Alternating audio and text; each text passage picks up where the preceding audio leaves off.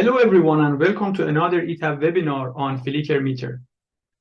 My name is Mo Hatami and today I'll be your presenter. First, we will have a few slides reviewing the key concepts of FlickerMeter. Then, we will discuss the role of the IC 61000-4-15 standard in the development of ETAP FlickerMeter. And finally, we will see a demo on the application. So what is Flicker? Flicker is the change in the light luminance due to the changes in the supplying voltage. Electric arc furnaces, welding machines, and other time-varying loads can cause flicker. Anything that causes fluctuation in the voltage can cause flicker. Now let's distinguish flicker metering versus flicker analysis. In flicker metering, which is the subject of this webinar, we are interested in evaluating the flicker levels given the voltage waveforms. On the other hand, in flicker analysis, we are interested in the propagation of flicker to other buses in the system. For example, let's say we have a welding machine and it's causing flicker, some levels of flicker on our own bus. We are interested to know how much flicker it causes on the neighboring buses who are sharing the same network with us. And the next thing to distinguish is software-based versus hardware-based flicker meters. Software-based flicker meters, like ETAP FlickerMeter, are software applications that require voltage waveforms as their input, and they calculate the resulting flicker from that voltage. On the other hand, hardware-based flicker meters are actual physical devices that one would plug into an outlet, and they calculate the flicker based on the voltage present on that outlet.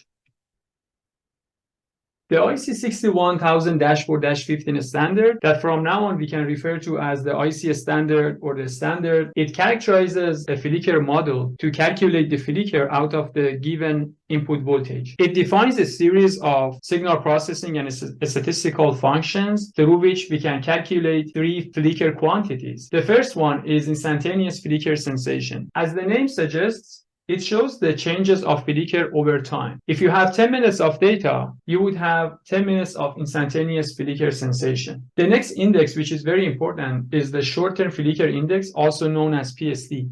PSD is calculated from the instantaneous flicker sensation. For every 10 minutes of data, we would have one PSD value. We will see this in a few minutes when we are running the examples through the ETAP FlickerMeter. And the last one is the long-term flicker index, also known as PLT, which is obtained from every 2 hours of data. So if, let's say, we have 6 hours of data recorded or simulated, then we would have 3 PLT values, one for each 2 hours of data. This IC standard also defines a lot of benchmark tests. The tests target different conditions on the input voltage. For example, they target different frequencies of modulation on the input signal. ETAP FlickerMeter passes all the corresponding tests and complies with this IC standard. Now, let's go to the ETAP FlickerMeter and see the things in action. Here I have ETAP in front of me. In order to use the FlickerMeter, you do not have to open a specific example. You can open any example that allows us to go to the harmonic mode. And the reason I said you can use any example is that in flicker metering, in contrast to flicker analysis, we are not using the system model. We are only using the voltage inputs. Now, the voltage input may have been obtained by running a simulation on a model. For example, you might have run ETAP transient stability simulation to obtain the voltage signal. But the FlickerMeter application itself does not interact with the model. Now let's go to the harmonic mode. On the right-hand side, we have a toolbar, and the fourth button is reserved for FlickerMeter. Let's click on it. This is the FlickerMeter user interface. It has multiple parts that we will explain each in detail as we load the input data. And we will have a few examples. The first button here is load input data. You can see that all the buttons and sections, they have helpline that the user can move their mouse over and read the helplines to know what actually the button is doing.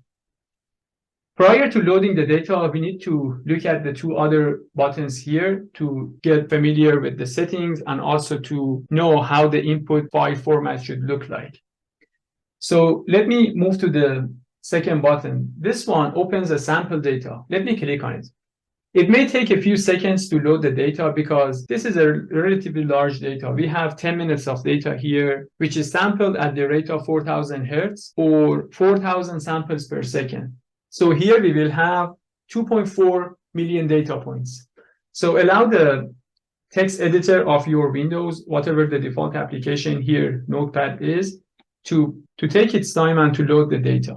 In the first row, we always expect the word time, representing the first column as time, separated with a comma, and following that, we expect the voltage signal names. Here we only have one signal called VA, but we may have more than that. We may have VB, VC, and so on. And here we may have more columns separated by comma. It is not mandatory to have the first row as the time and the signal names. If we don't have it, then the software will name all the signals as V1, V2, and so on.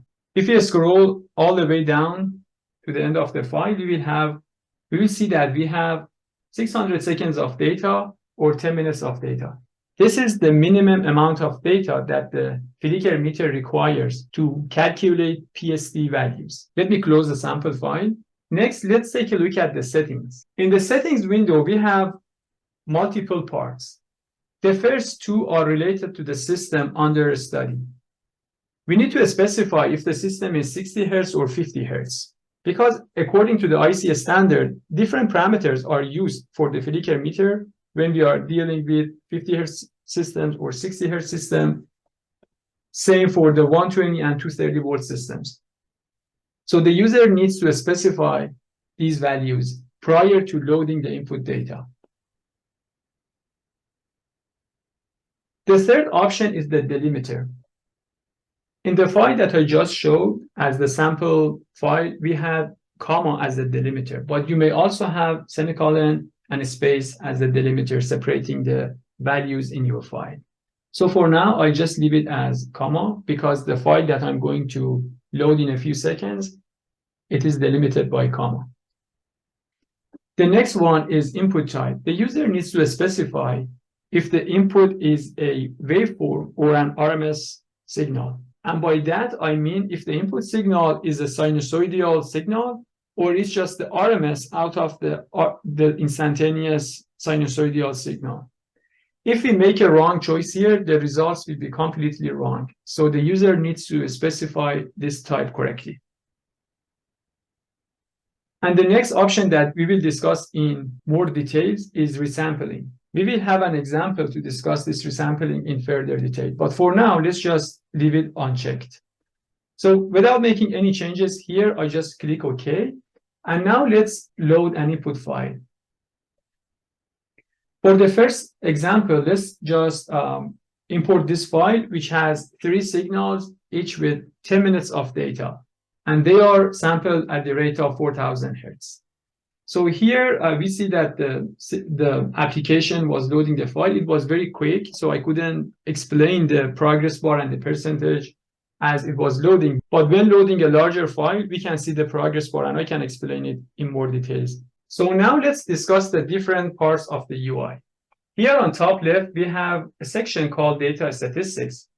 It shows us how long the data is. Here we have 10 minutes of data or 600 seconds of data, which, as I mentioned before, is the minimum required for calculating the PSD values. The next row shows the average sampling rate that this signal is sampled at. Here, it is showing us 4,000 Hertz or 4,000 samples per second. The next one shows the new sampling rate. Because here we did not choose the resampling option, it's just showing us the new sampling rate, the same as the original sampling rate here. But we will discuss this option in more details when loading the example associated with resampling. The next option shows us that we have 3 signals here. If you look at the right-hand side plot, you can see that we may only have one signal, only this green signal. But as we zoom into the plot, we can see that we have actually 3 signals. And the next one shows us the number of corrupted samples. If we have numerical values in the file, for example, let's say we have NA or NaN values in the file, then they will be counted as corrupted samples. And the flicker meter substitutes those values with the previous values. The next one is the input voltage type.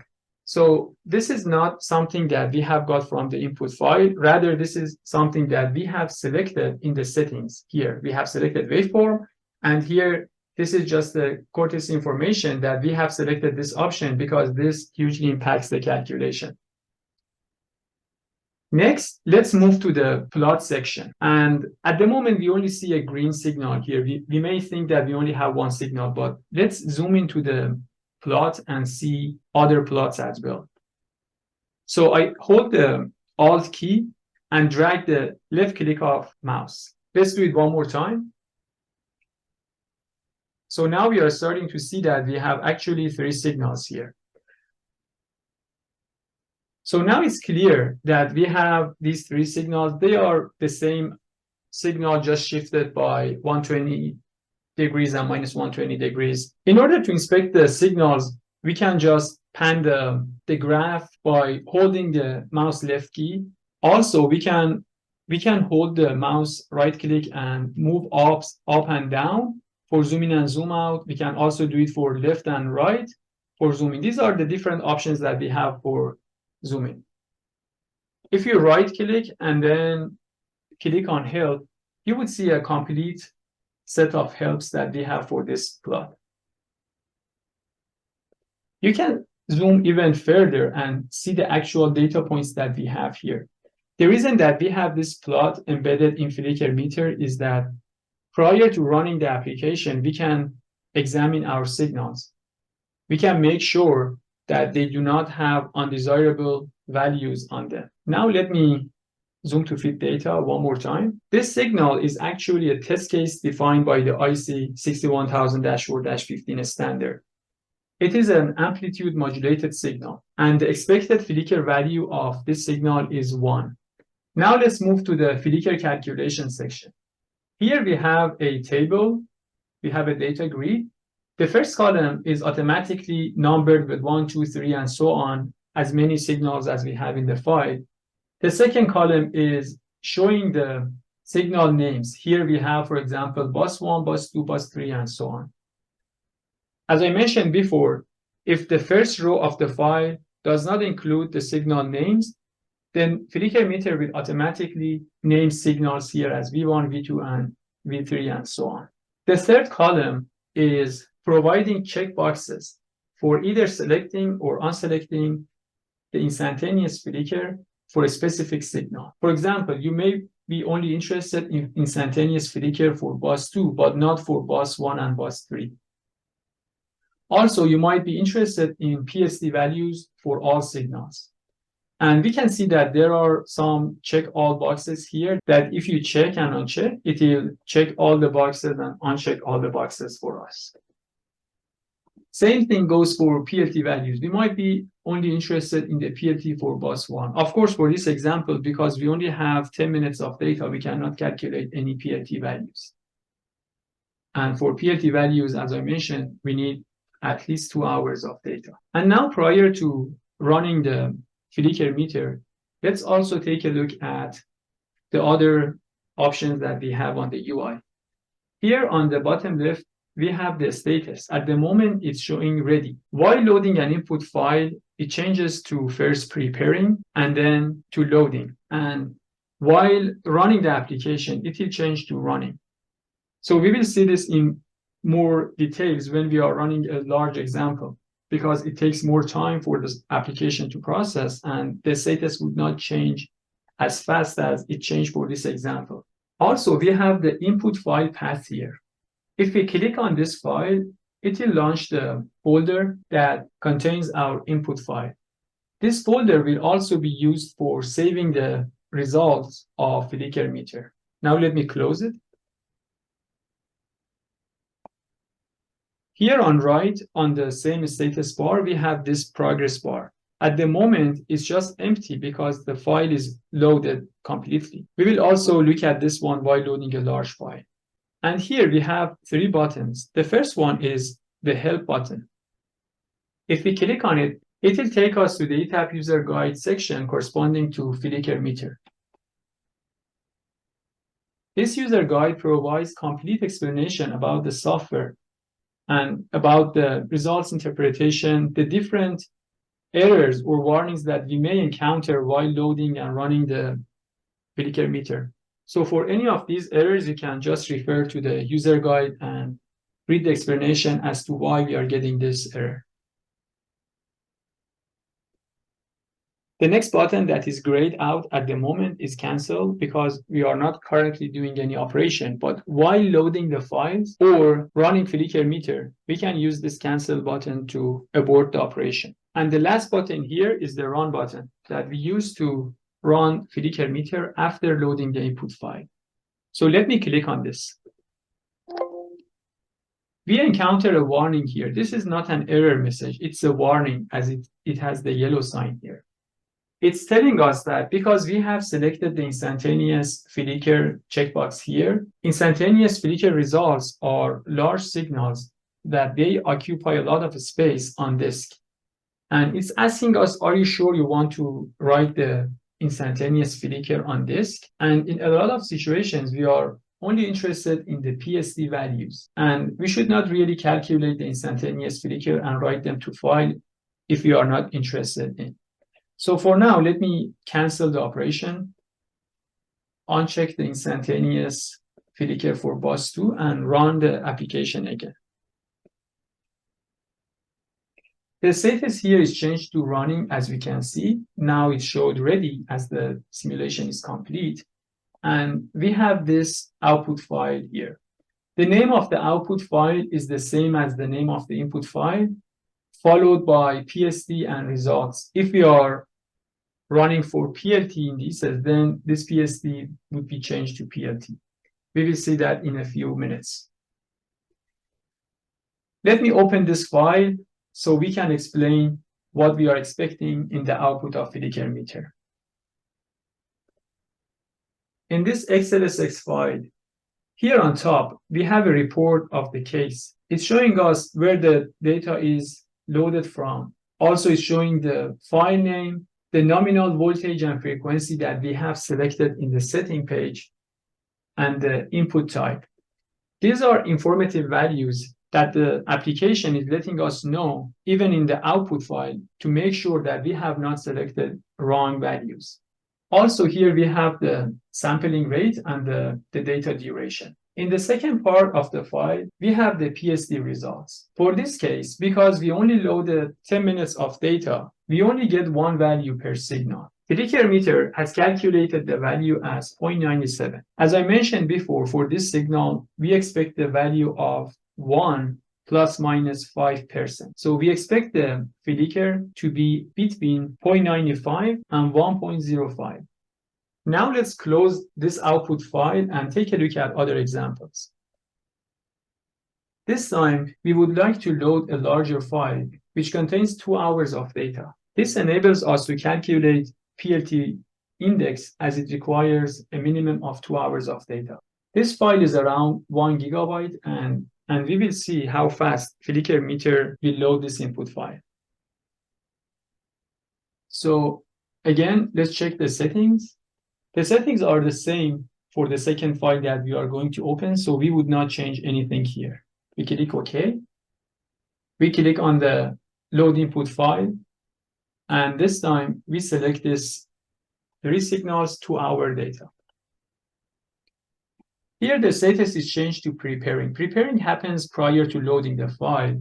And now we can see the loading is in progress. The percentage is shown here. Also, we have this green status bar showing us the progress on loading the file.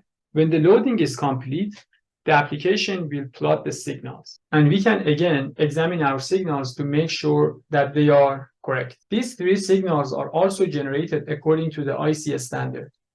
And we expect that both the PSD and PLT values of these signals to be around 1 within 5% error. Again, we can zoom into the plot. Here we have more data, so it takes us more time to zoom in.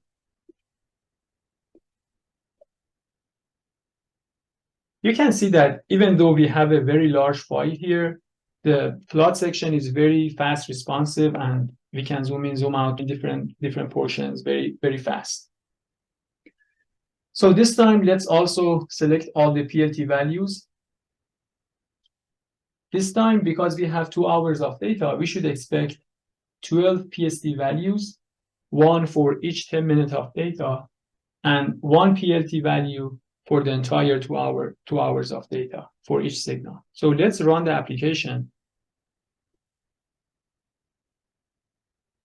The status is changed here to running. This example will take longer than the previous one as we have loaded a larger file. While the calculation is in progress, we can still interact with our chart, re-examine the plots, and make sure that the signals are correct.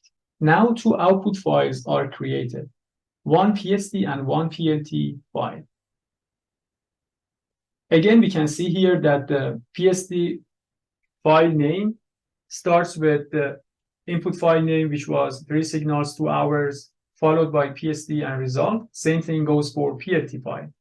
So first, let's take a look at the PSD result of this signal. Here we can see that this time we are getting 12 PSD values for each signal. And again, as I mentioned, we have 2 hours of data here. We can think of it as 12 consecutive windows of 10 minutes of data. For each of those 10 minutes of data, we would have a PSD value for each signal. And all the values are within the range of 0.95 and 1.05. So the FlickerMeter has accurately calculated the flicker for this input file. Let's close the PSD file and take a look at the PLT results file. Here we only see one PLT value for the entire 2 hours of data, and that's per recommendation of the IC standard. We see that the values are within the range of 0.95 to 1.05, which is expected. Again, the information is updated here for the input signal. We have 7,200 seconds of data, which is equivalent to 2 hours of data. It shows the sampling, frequency, and so on. Let's close this file and go back to the application one more time. Now let's discuss another capability of FlickerMeter, which is handling RMS input files. So this time, in the setting page, we select the input type as RMS. And let's just keep the other settings the same. We click OK. And this time, we load a file, which is not the waveform, but the RMS input signals. This time, on the plot section, we can see that we are dealing with an RMS signal. And this is zoomed in, so it may look as a rectangular, pure rectangular signal, but it's actually the modulation of the amplitude. So if we zoom out in vertical axis, we can see that this value is actually fluctuating around 1. And you can think of this as the envelope of the instantaneous voltage that we had in the previous example. In order to calculate the flicker values for this RMS signal, we have let the application know that this time we are dealing with an RMS signal, and the application will internally take care of converting the RMS signal into waveform. Again, we have only 10 minutes of data, so let's not select the PLT for this signal. And this time we only have one signal, which is shown here, VRMS. So with that, let's just calculate the PSD value for this signal. So let's open the RMS PSD results. And we can see that, again, the PSD value is within the range of 0.95 and 1.05, which tells us that the application has correctly calculated the PSD values. Let me close this file. And this time, let me select a wrong setting, waveform. And let's say we load the input file. So this time, again, we are working with an RMS file, but we have chosen wrongly the waveform as the input type. Let's run this case. And let's open the output file. This time, we can see that the flicker level is reported very low. It is 0.001. It is not something around 1 within 5% of error. And the reason is that we have selected the wrong input type for our input signal. With this example, I'm just trying to show you how important it is to select the proper input type for handling either the waveform or the RMS type.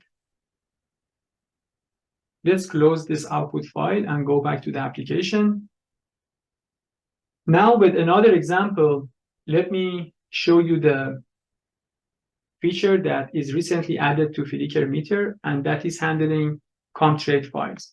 So far in all our examples, we have loaded CSV files, but FlickerMeter is capable of reading and handling both ASCII and binary Comtrade files. And this time, let's open a Comtrade file. For that, we need to change the input type here to Comtrade, and this is actually a filter. Here we had some CSV files, and they are not being shown here because we have selected the Comtrade file. So let's go to another folder here, which contains the Comtrade files. And in general, while reading Comtrade files, we can expect 4 files. Here, for this example, only 2 out of 4 files are provided. And let me open this folder and take a look at the files provided. Here we have the .dat file, which contains the data. Also, we have the config file. We may also have 2 optional files called the header file and the info file. But if you are missing them, don't worry. You just need the config file and the dat file in order to load the Comtrade files to the application. FlickerMeter does not specify its own template or format for Comtrade files. Any Comtrade file that is complying with the Comtrade standard can be loaded into the FlickerMeter. And while loading the Comtrade files, we only need to load the .dat files, which is the data file. And the application assumes that the config file also exists in the same directory. So let's select this .dat file. Again, we see that we have this preparing here and the signals are plotted. For this input file, we have 2 signals called V1 and V2. Again, we can zoom in and take a look at the signals prior to running the FlickerMeter. And there are the same data statistics for this file also reported. You can see the number of signals here, the sampling rate, and so on. So everything is the same between Comtrade files and CSV files. We only need to select the proper one while loading the input files here. We need to select the proper type. Either it's a CSV or it's a Comtrade. And running is the same. We can just click on the Run button.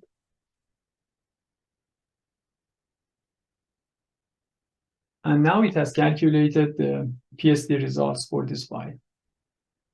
Again, we can see that the PSD results are within the acceptable range.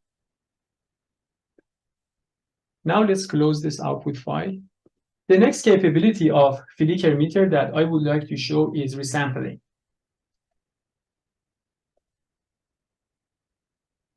With resampling, we can either upsample or downsample the input signals prior to being processed by FlickerMeter. If we have a very highly sampled signal and we would like the calculation to happen faster, we can downsample the signal. On the other hand, if we have a low sampled signal and we would like to upsample the signal to have a more accurate calculation, we can use, again, the resampling option. Before I show you the resampling capability, let me load an input file which is sampled at a very low rate. For now, let's just not check the resampling checkbox here. Let's just load the input file which is sampled at a low rate. Let's change it to CSV. And here we have a signal that is sampled at the rate of 240 Hz. We click this file, and if we zoom into the graph,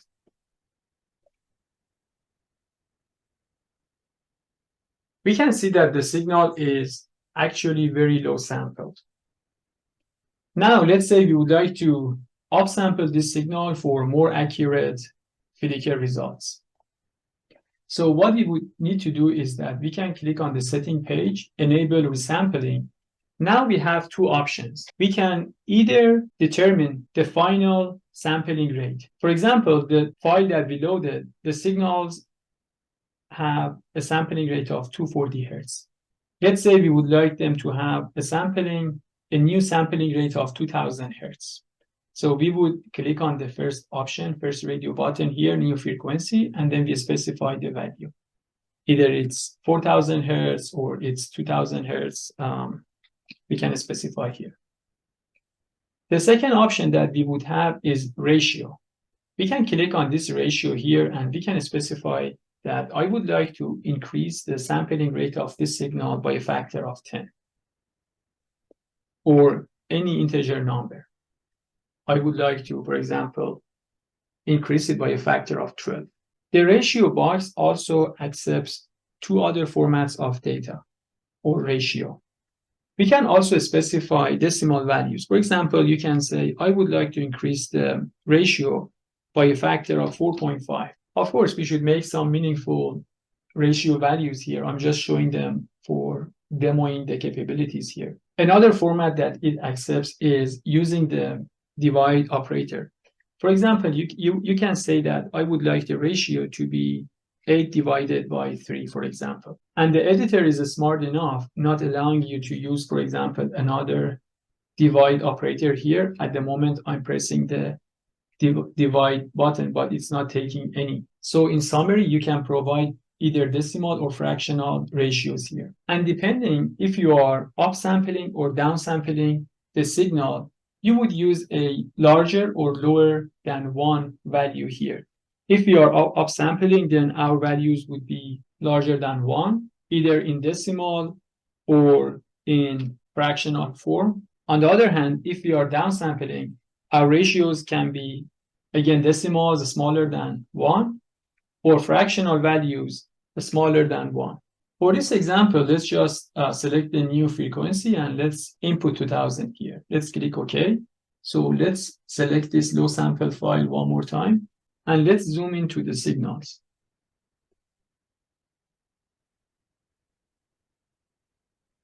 As you can see, the application has interpolated the input signals and have made them look more like sinusoidal signals. And this time, the new sampling rate is 2000, as we can see here. The original was 240. Other informations are also provided here. For example, we have selected the input type to be waveform. And similar to the previously loaded files, we can just run the simulation here.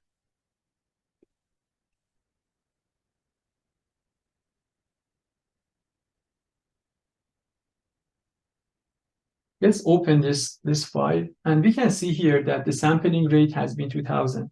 And this is the sampling rate that FlickerMeter has actually used for calculating the flicker values. And here are the flicker PSD values that are calculated by FlickerMeter. And they are all between 0.95 and 1.05 again. Let's close this file.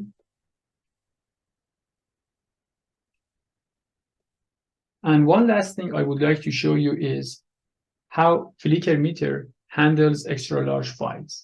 Let's click on the open file again, and let's change it to CSV so that we can see the CSV files here. Here we have a very large file. This is 3 signals, each 12 hours, and each sample at the rate of 4000 Hertz. This file is around 7 gigabytes, and it includes more than 500 million data points. And we will see in a few minutes that FlickerMeter is also capable of handling these extra large files. Let's click open.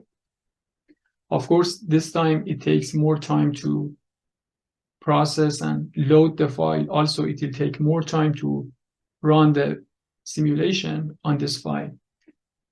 The application is still in preparing mode. Now the loading is started. Even though the file is very large, the application is loading it fast. Let's give it a few more minutes to completely load the data.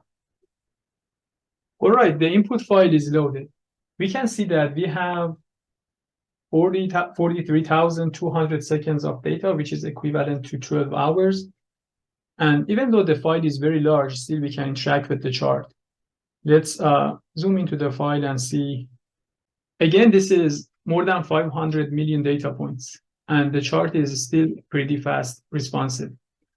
The reason that I emphasize on the plot section is that sometimes we may have some bad data or outliers or any inappropriate data within our data. In those cases, we need to take care of the bad data first and then fit the file into FlickerMeter. With this, I would like to thank you for joining this webinar and have a good rest of your day.